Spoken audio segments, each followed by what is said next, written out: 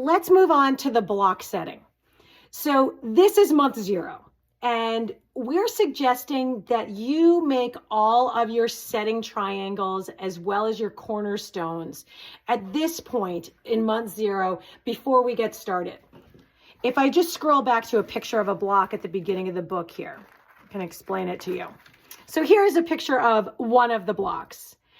Every block in this pattern finishes the same way.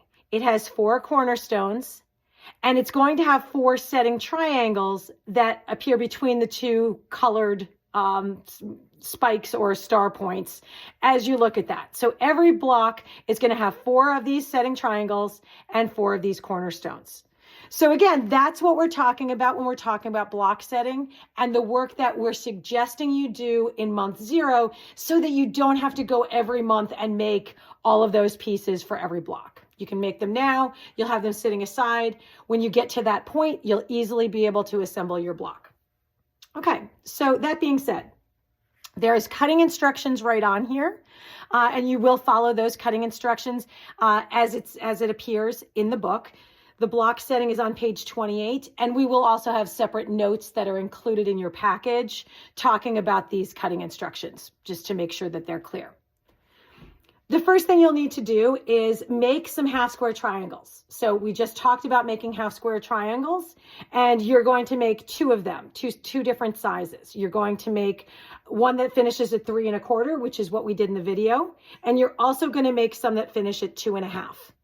Now, in this part of the video, we're actually just going to focus on the ones that finish at 3 1/4, because those are the ones we're going to use for step 2 that you see over here. And that is that setting triangle that we're going to have 4 of in each of our blocks. Okay, so let me just move this over a little bit and pull over the pieces that you'll use. So we have the half square triangle that we made in our previous video or in our earlier video. And then you have 2 A pieces, which are described in your background fabrics. And your A's are going to get attached to that half square triangle like this. Okay, so if I put that together, you can see that this is what we're building right here. I know a lot of people are afraid of triangles, but we're going to make this work. Okay, so what you're going to do in order to make sure that your half square triangles line up correctly and that you end up with a piece that's shaped correctly, you want to use pins. Okay, and we're just going to start with one of these triangles. First, you want to make sure that your half square triangle is in the appropriate direction. Okay, so you can see in the picture, the half square triangle, our accent color is right here, and we're going to be adding the triangles to the accent color. I'm going to flip this over, and you really, to begin with, you just want to line these up. Okay, we're just going to line it up so that the corner lines up with each one of those sides. Let's use a couple of pins. Okay, and let's pin this into place. So you're just going to make sure that you're lined up here. Okay. Now, the trick to making sure that this stays the way you want it is this seam.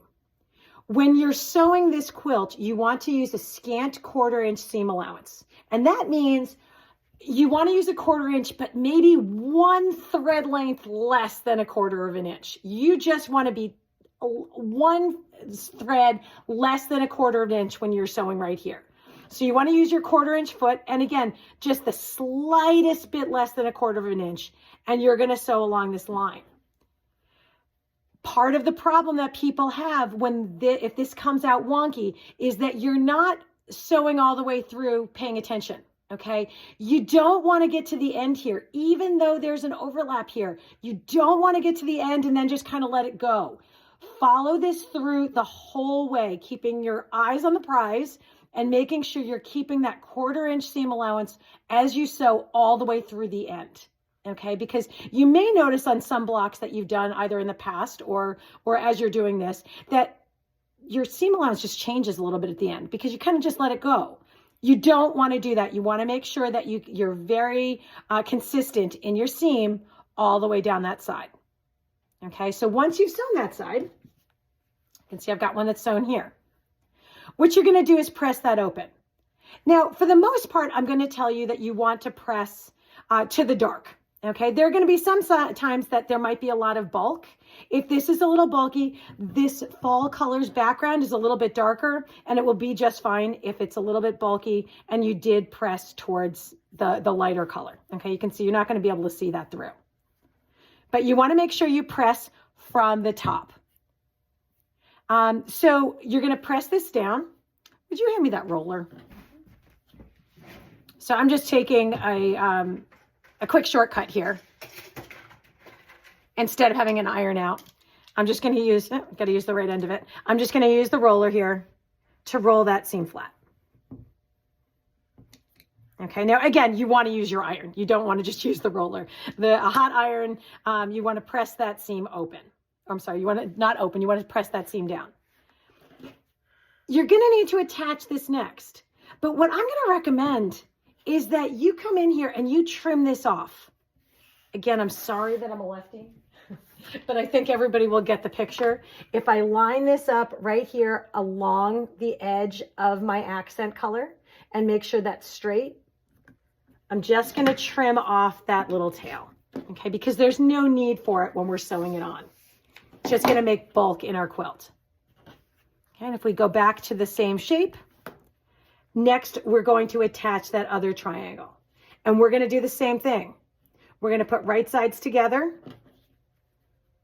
We're going to use a couple of pins here, making sure that we're lining up our triangle to the edges of that half square triangle. Let me steal my pins from my other project here.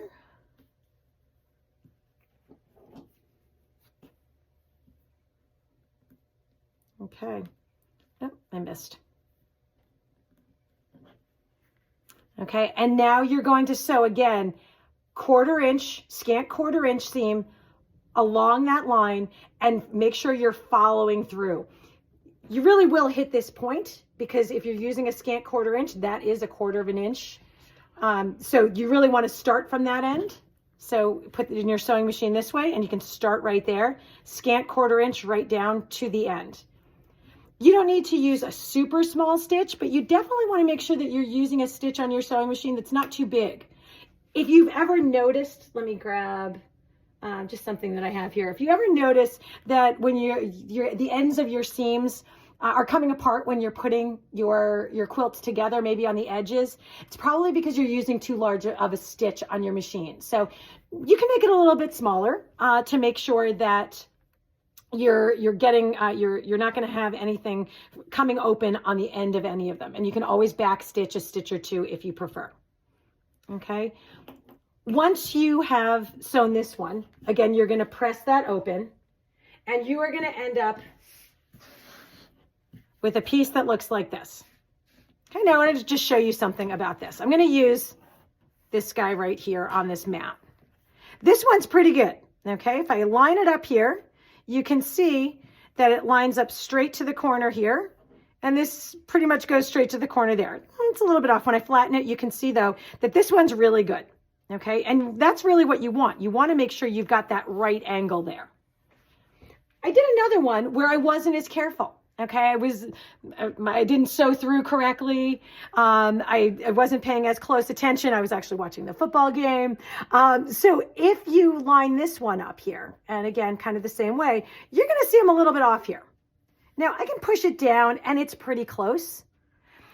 If you can be more precise, again, by using your pins and following through on your seams, you'll have a better triangle and less of the ones that aren't quite a right angle. Now, I can absolutely use this. This is not a problem here. The block is going to be trimmed down later anyway, so it's not going to be a huge concern if you do have some that are like this. I am not worried about this at all. But just know that you want to try and get the most, even though it's a triangle, the most square block you can right at the beginning by following through with your seams, using a little bit of a smaller stitch, and making sure that you press from the top of the block as opposed to from the back of the block. Anything you want to add, Mom? Good job. All right.